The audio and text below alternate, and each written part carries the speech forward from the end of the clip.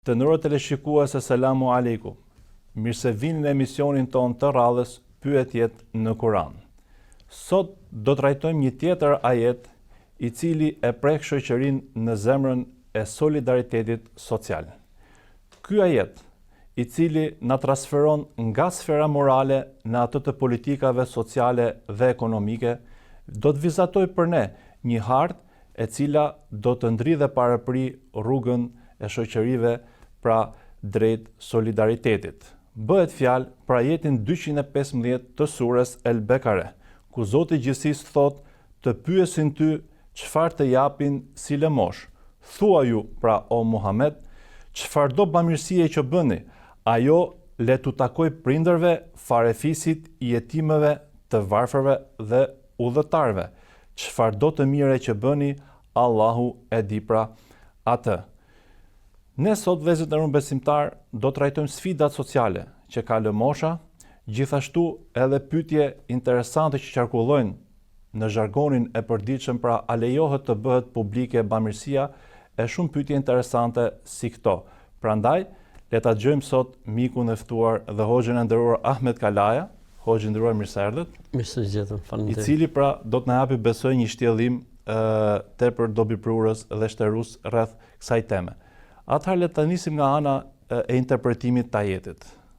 Pra kush është shkaku i zbritjes dhe në çfarë konteksti pra ka ardhur ky ajet? Siç e thatë ju, ajeti bën faktikisht, domethënë, atë shpërnguljen nga pjesa e retorikës teorike në pjesën e praktikimit dhe përjetimit të fesë dhe të besimit.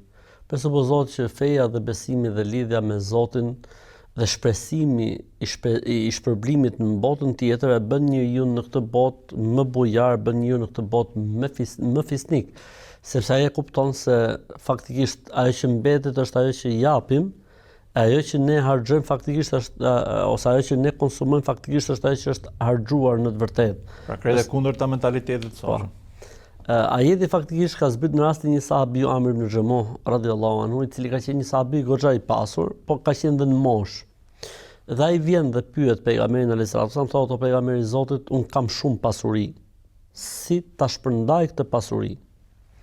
Dhe pejgamberi alayhis salam zakonisht kur i vinin pyetje të tilla, priste, do të thonë se mos shpallja jep ndonjë orientim përveç asaj që ai mund të shihte si orientim.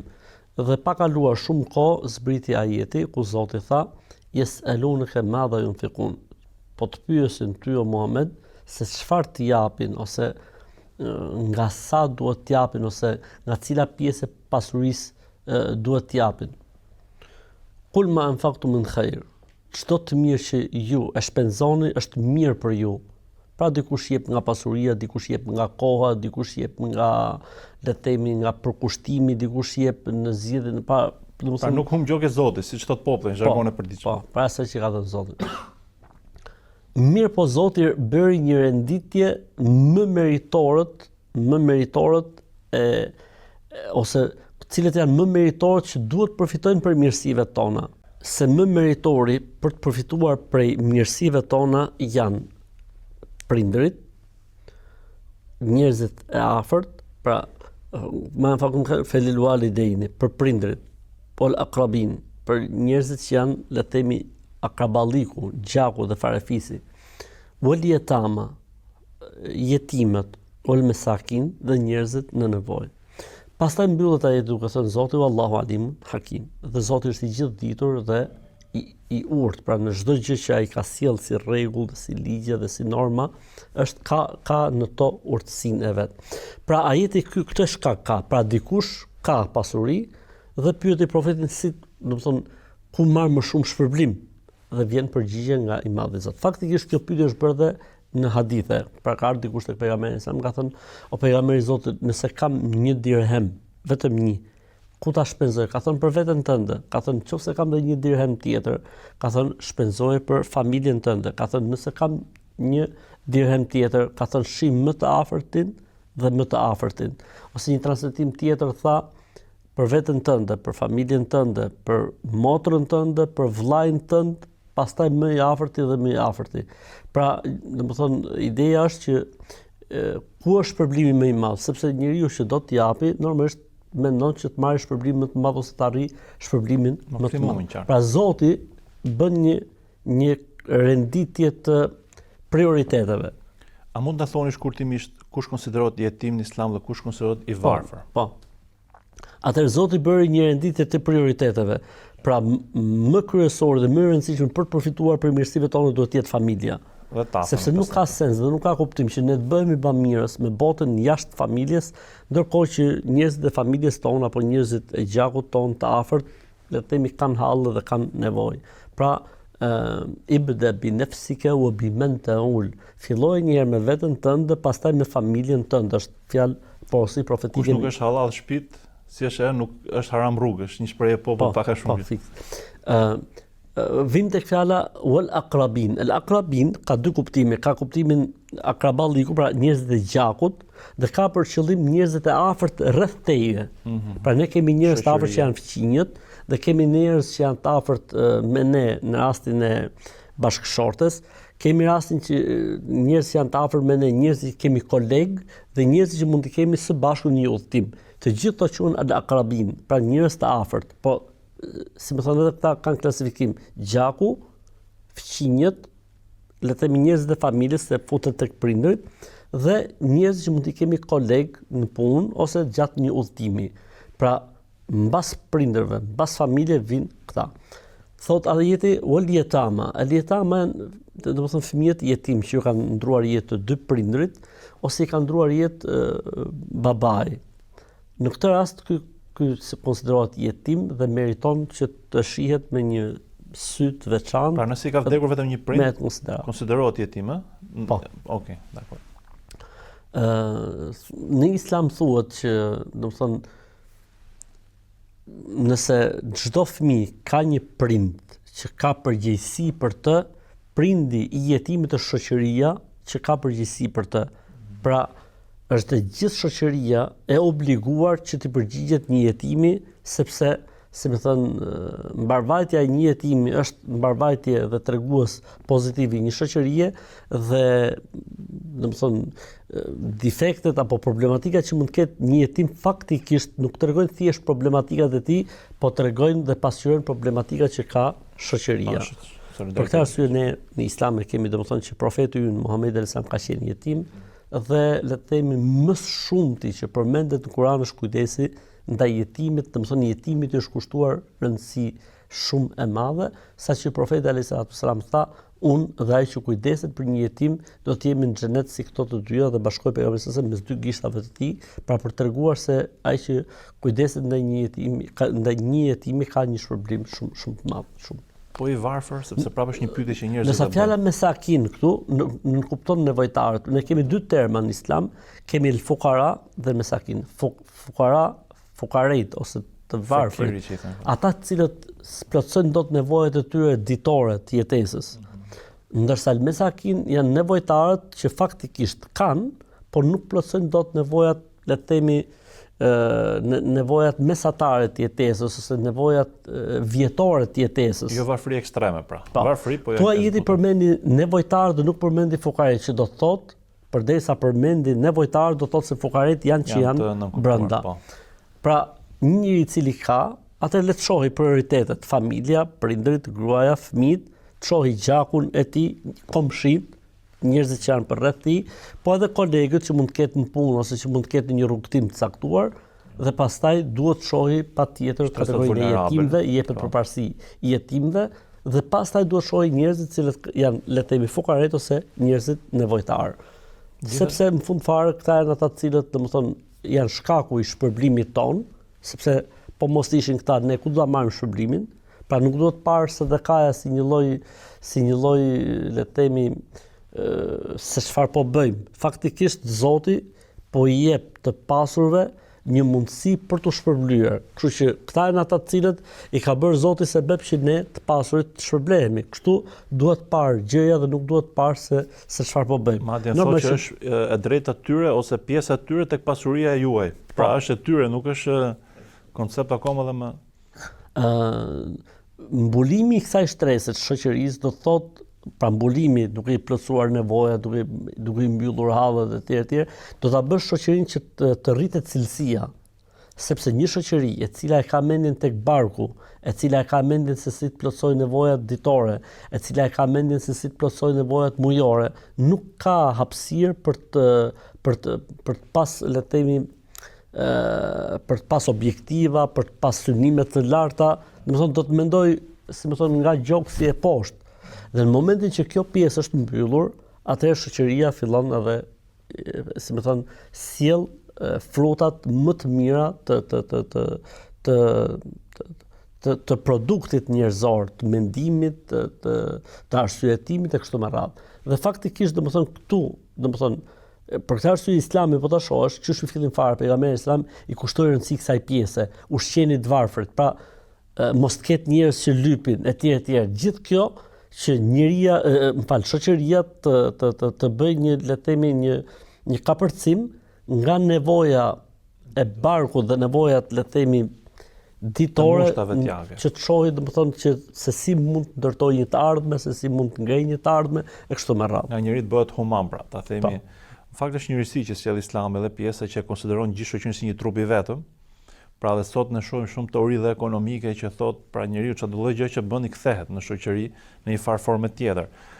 Dakor, por është edhe një temë ose le ta quajmë një lloj debati sot në rrjetet sociale për shoqatat, organizatat të cilat publikojnë raste, publikojnë sa fonde kanë donatuar apo qoftë imam udhëheqës. A lejohet kjo në Islam apo do të jetë fshet gjithmonë pjesa e bamirësisë që bën njeriu? Faktikisht sipas Kuranit, më e mira përgjithësi në adhurimet është fshehtësia, sepse është një raport adhurimi dhe një raport sekret mes njeriu dhe Zotit të tij, dhe më mirë ta di Zoti, më mirë shpërblen Zoti. Mirë po, në rastin e lëmoshës dhe të sadakas, Islami ka sjell një përjashtim. Lejohet që të bëhet edhe haptas, kur mendohet se nëpërmjet paraqitjes së rastit haptas mund të ndikohen të tjerët, ose shërben si transparencë për njerëzit që kanë kontribuar.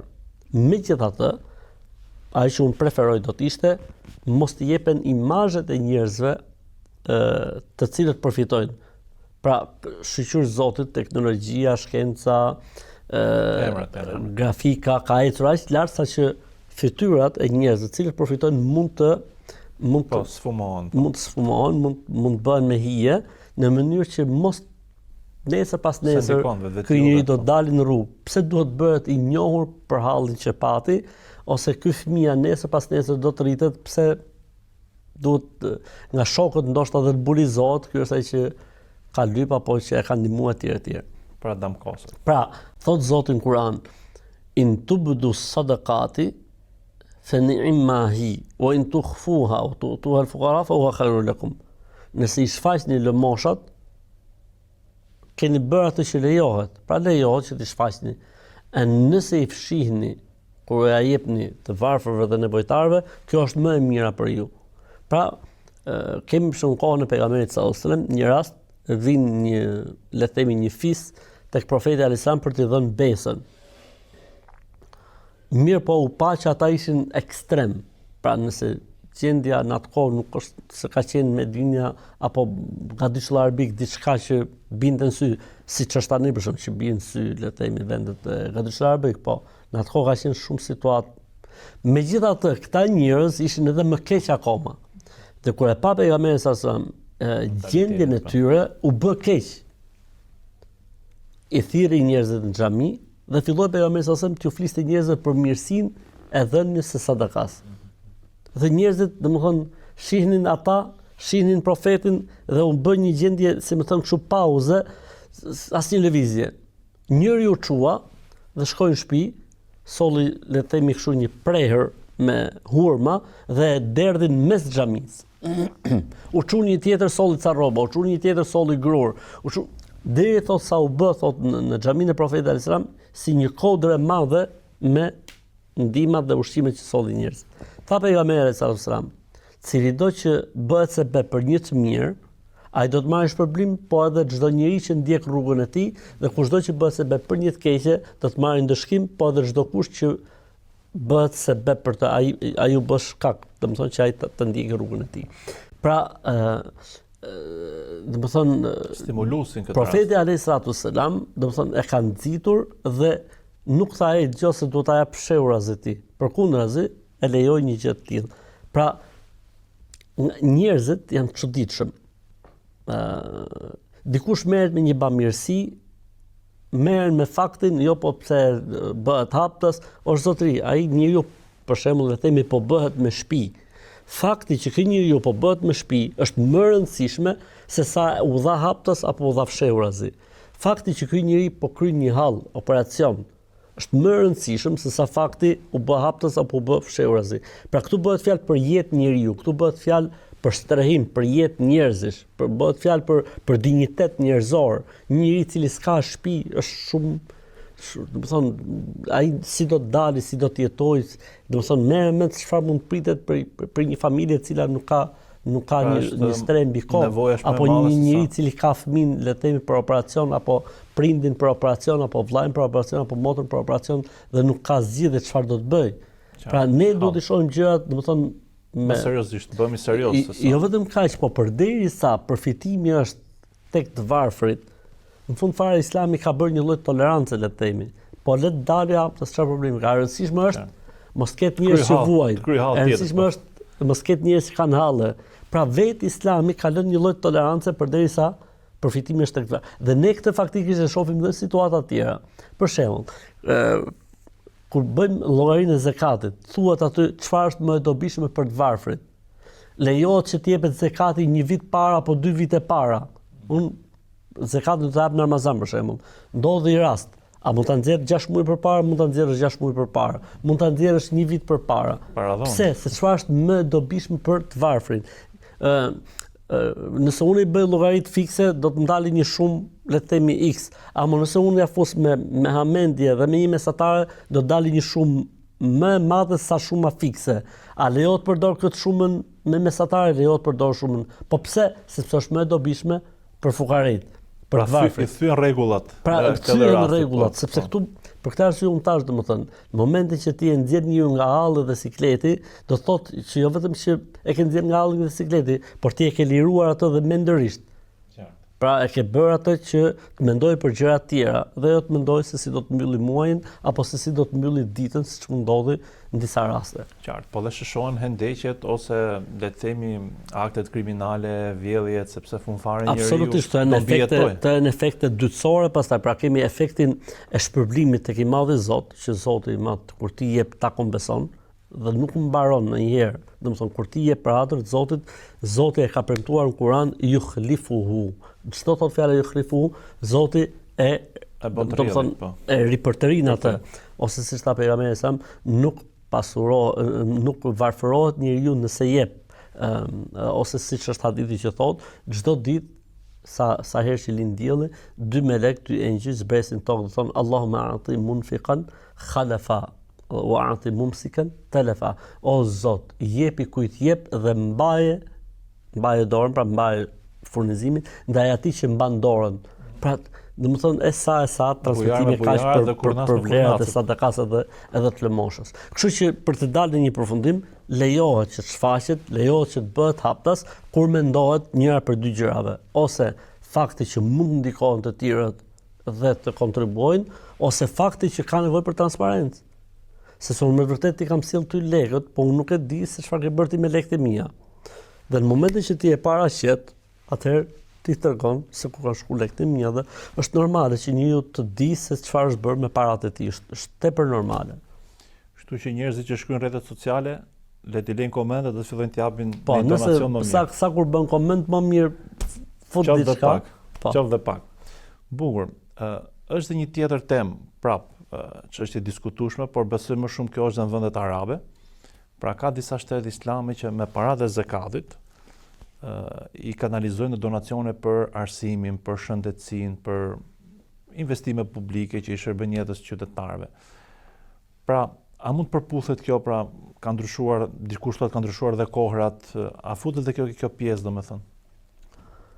Zakati normalisht ka kategori për të cilat Zoti i ka qartësuar në Kur'an, 8 kategori dhe nuk mund të dilet nga 8 kategori. Lëmoshat e tjera, po themi. Mirë po, domethënë kanë gjetur një lloj hapësire tek fjala e të Madhit Zot, ku thot fi sabilillah, në rrugë të Zotit. Në rrugë të Zotit, domethënë kur bëhet fjalë kur qëllimi dhe synimi mas një vepre të caktuar është ngritja e fesë, e besimit, e imazhit, përmirësimit të gjendjes njerëzve etj. Futet. Domethënë ka le të themi ka një hapësirë, një marsh ku njerëzit mund të manovrojnë. Jo, ka domethënë mbledhje, këshilla të caktuar, të cilat janë mbledhur kohë mas kohe dhe të cilat domethënë kanë bërë disa përjashtime për kohët që ne jetojmë. Pra futen domethënë tek ndihma për njerëzit. Sepse në fund fare zakati çfarë qëllimi ka? Zakati ka qëllimin që njerëzit të dalin nga nevojat e tyre. Ajo që thamë ne, të lirohen, të pavarësohen. Dhe nëse kjo arrihet duke bërë xhami, le të bëhet xhami edhe me lek zakatin, nëse njerëzit nuk kanë mundësi ta bëjnë. Nëse njerëzit nuk kanë mundësi le të themi të bëjnë një klinik vet, apo shteti nuk e ka, le të themi për shembull, atëherë mund të jepet dhe mund të bëhet nga lekët e zakatit. Pra unë mendoj që ka një lloj tolerance. Pra, si është përhej që mos mjep peshk, po mëso peshkimin. Pra, nëse ti arsimon tjetrin, unë përmend për shembull rastin e shtetit Kuvajtit. Si bursat e tjera. Shteti Kuvajtit ka një institucion veçantë që quhet Beitu Zeka.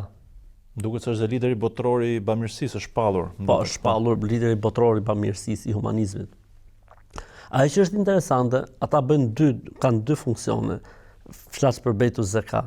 Mbledhin zakatin dhe e investojnë zakatin. Kështu që domethënë në momentin që ata bëjnë disa gjëra që duket sikur s'kan lidhje me zakatin, faktikisht është një para e fituar nga investimi i zakatit origjinal. Pra le të themi nëse Beitu Zeka për shembull bëri një shkollë, nuk është të thënë që ky lek të jetë leku kjo para hedhur të jetë leku i zakatit fiks. Është fitimi i investuar. Po i fitimi i investuar sepse ata bëjnë domethënë investime, bëjnë me këto lek. Pra, gjithë ideja është menaxherët e zakatit, el amilina alejha. A mund të bëjnë punë me zakatin në mënyrë që ky lek zakatit të shtohet edhe më shumë? Atëherë unë mendoj që këta ecën në këtë linjë dhe që ka hapësirë. Pra përderisa unë le të themi vleftën e zakatit nuk e prek dhe po punojnë me fitimet e punës, atëherë nuk ka asnjë lloj problemi që të hidhet edhe në fusha të tjera, përveç fushave që ka përmend Zoti në Kur'an, pra që janë 8 kategoritë që e përmendur në surën Tobe. Bukur. Atëherë bëjmë një shkëputje të shkurtër dhe rikthehemi pra sërish në studio.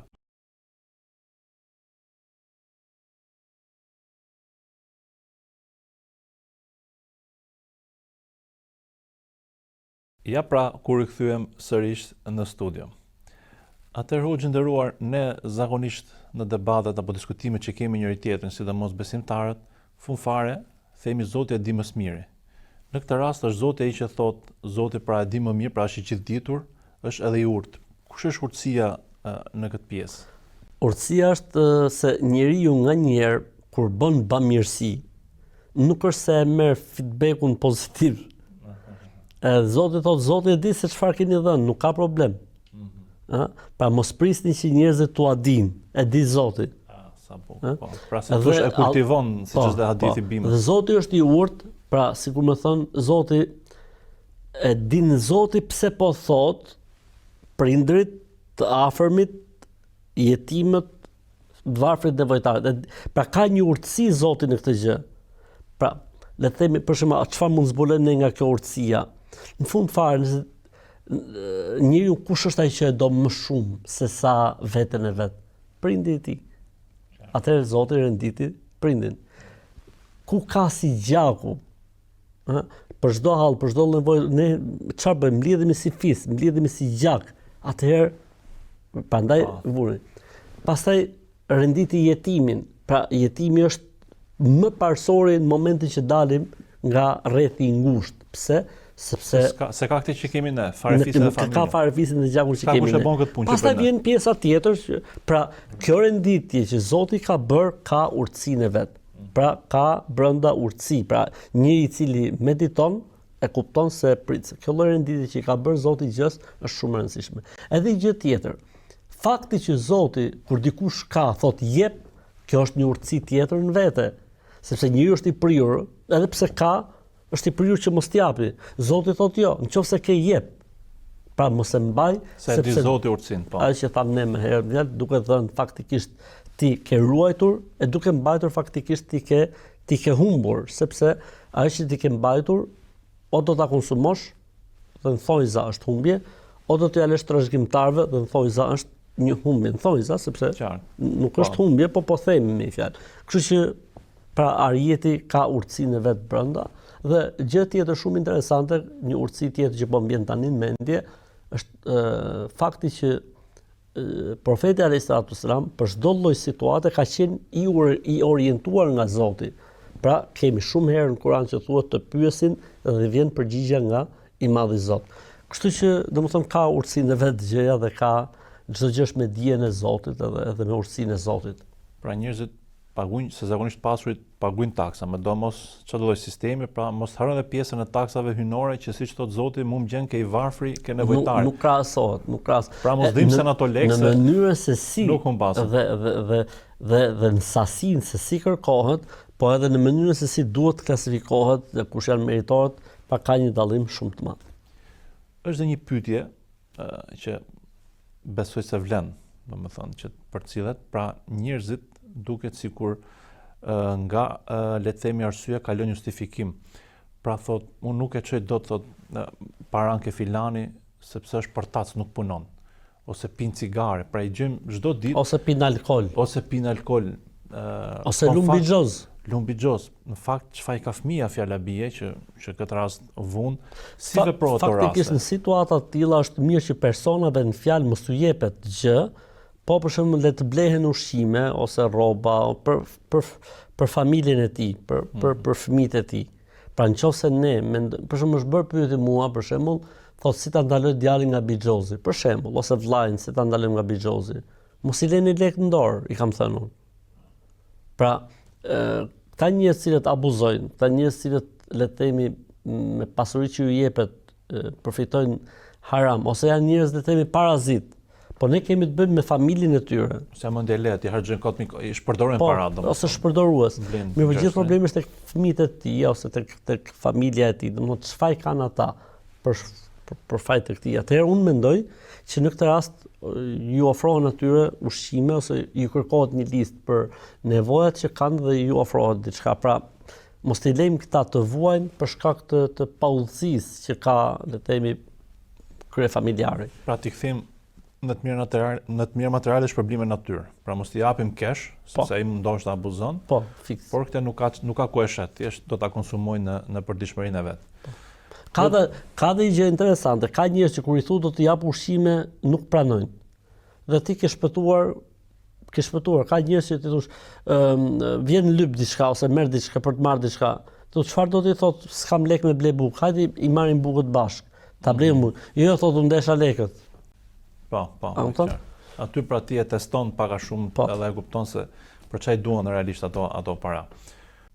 Gjithashtu njerëzit kanë një tjetër shqetësim. Fjala bie thonë që jeta e përditshme, rutina, angazhimet nuk na lejojnë që studiojmë apo që të shkojmë të çojmë para tek njerëzit tot sepse s'na del kohë marrës me familjen tonë. A lejohet pra që të delegohet le të themi lëmosha apo zekati tek një individ, tek një organizatë, një shoqat apo cilët e menaxhojnë? Po lejohet, nuk ka asnjë problemi. Faktikisht më e mira dhe më e bukur është që njëri ta kërkojë vetë një gjë të tillë, po siç thoni ju, domethënë motori i jetës nuk ta lejon një gjë të tillë për shkak të angazhimit, atëherë tek njerëzit e besueshëm. Dhe në momentin që ne i japim tek njerëzit e besueshëm me qëllimin, pra, dhe i thuhet, unë për shembull dua që këtë para ta çoj për shembull le të themi tek jetimet. Dhe personi apo institucioni është i besueshëm, ti ke bërë punën tatë tek Zoti i gjithësisë, i në rregull. Tek një imam, tek një hoxh, tek dikush që ka një pozicion caktuar dhe ai njeh njerëzit ose merret me njerëzit, atëherë absolutisht po mund delegohet dhe shpërblimi është njësoj. Pra këto që dalin për shembull jetimet, e thot aty jep donacion për shembull direkt dhe ti mundesh ta bësh direkt nga banka, pra pa u lodh fare dhe me shku te shoqata, dhe këto hyn në këtë sferë domethënë, në këtë përkufizim. Është Hoxhë nderuar, e falenderoj që je sot me ne. Besoj teleshikuesit kanë shumë pyetje tjera që ne si kemi e zauruar do të gjitha, por që le të na mirë kuptojmë, pra ne prekëm pak më praktike dhe më pikante që hasin njerëzit në përditshmërinë e tyre. Gjithashtu falenderoj teleshikuesit për vëmendjen që na kushtuan në puntatën e sotshme.